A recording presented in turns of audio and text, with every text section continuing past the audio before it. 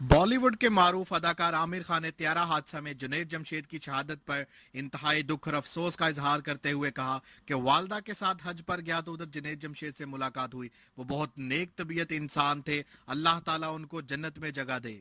मुझे बड़ा अफसोस हुआ जब मैंने उनके बारे में सुना कि फ़्लाइट उनकी क्रैश हो गई, और बड़ा अफसोस हुआ मुझे।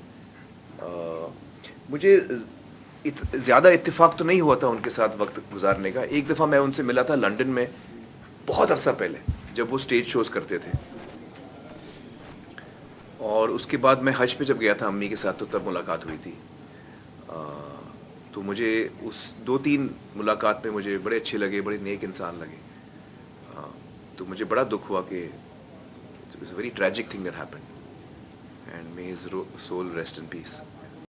पाकिस्तान में काम करने के हवाले से आमिर खान का कहना था कि मेरे लिए पूरी दुनिया इंसानियत के नाते एक फैमिली है।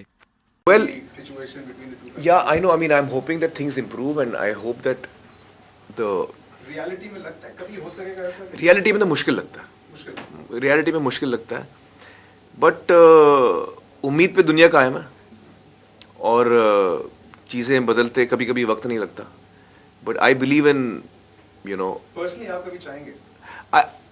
I am not interested in working in a particular country, because countries, I don't distinguish things as countries.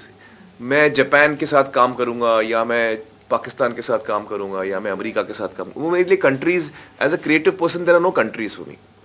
The whole world is one family, and the human beings have the same emotions no matter which part of the world you're from.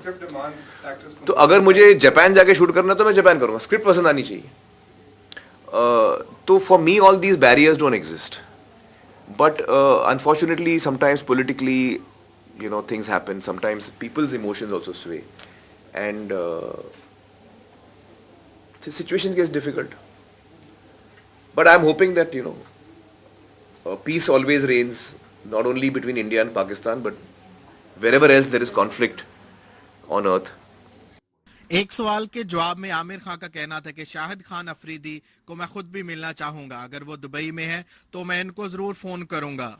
But I'd love to meet Shahid. Is he around? Yes, he's here for 3 days. Okay. I'll give him a call. Thank you. मैं बताता चलूं कि आमिर खान अपनी नई आने वाली film दंगल की promotion के सिलसिला में दुबई आए थे। इजाज अहमद गोंदल, सोच न्यूज, दुबई।